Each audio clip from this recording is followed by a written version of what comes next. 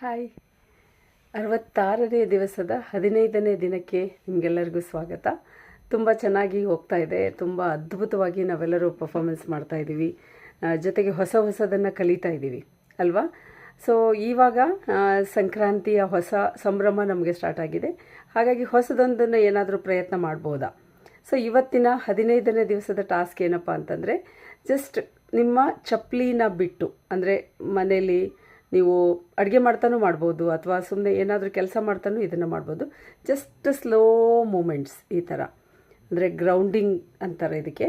So slow ನಿಧಾನಕ್ಕೆ ನಮ್ಮ ಬಾಡಿಯನ್ನು move ಮಾಡ್ತಾ ಹೋಗಿ, ಹಾಗೆ like we need to feel, ಅಂದರೆ ಯಾವ ಭಾಗದಲ್ಲಿ ನನಗೆ ಎನರ್ಜಿ ಸಿಗ್ತಿದೆ ಅನ್ನೋದನ್ನು ನಾನು ಕಂಡ್ಕೊಳ್ತಾ ಹೋಗಬೇಕು.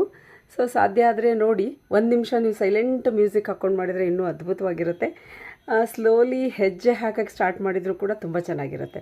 ಸೊ ಸಮಯ ಇಲ್ಲ ಅನ್ನೋರು ಅಡುಗೆ ಮಾಡ್ತಾನೂ ಕೂಡ ಇದನ್ನು ಮಾಡ್ಬೋದು. ಅಂದರೆ ಕಾಲನ್ನು ನಿಧಾನವಾಗಿ ಎತ್ತಿ ಮತ್ತೆ ನೆಲಕ್ಕೆ ಊರೋದು, ಹಾಗೆ ಮತ್ತೊಂದು ಕಾಲನ್ನು ನಿಧಾನವಾಗಿ ಎತ್ತಿ ನೆಲಕ್ಕೆ ಊರೋದು. ಈ ಥರ ತುಂಬ ನಿಧಾನವಾಗಿ ನಾವು ಮಾಡ್ತಾ ಹೋದಾಗ ಒಂದಷ್ಟು ಫೀಲ್, ಅಂದರೆ ಎನರ್ಜಿ ಸ್ಟಾರ್ಟ್ ಆಗುತ್ತೆ. ಭೂಮಿ ತಾಯಿಯಿಂದ ನಮಗೆ ಎನರ್ಜಿ ಸಿಗೋಕ್ಕೆ ಸ್ಟಾರ್ಟ್ ಆಗುತ್ತೆ. ಅದರಿಂದ ನಾವು ಆ್ಯಕ್ಟಿವ್ ಆಗ್ತೀವಿ. ಸೊ ಇದು ಸಮಯ ಇದ್ದರೆ ನೀವು ಇದಕ್ಕಾಗಿ ಸಮಯ ಮೀಸಲಿಟ್ಟು ಮಾಡಿ. ಇಲ್ಲ ಅಂತಂದರೆ ಇವನ್ ನೀವು ಅಡುಗೆ ಮಾಡ್ಬೋದು, ಅಥವಾ ಬೇರೆ ಏನಾದರೂ ಕೆಲಸ ಮಾಡ್ತಾನೂ ಕೂಡ ಈ ಒಂದು ಮೂಮೆಂಟನ್ನು, ಹಾಗೆ ಸಾಧ್ಯ ಆದರೆ ಕೈಗಳ ಮೂಮೆಂಟ್ ಇರ್ಬೋದು, ಅಥವಾ ನೆಕ್ಕಿನ ಮೂಮೆಂಟ್, ಈ ಥರ ಸ್ಲೋ ಆಗಿ ನೆಕ್ಕಿನ ಮೂಮೆಂಟ್ ಇರ್ಬೋದು. ಈ ಥರ ಮಾಡ್ತಾ ಹೋದಾಗ ತುಂಬ ಅದ್ಭುತವಾದಂಥ ಒಂದು ಫೀಲಿಂಗು ನಮಗೆ ಸಿಗುತ್ತೆ.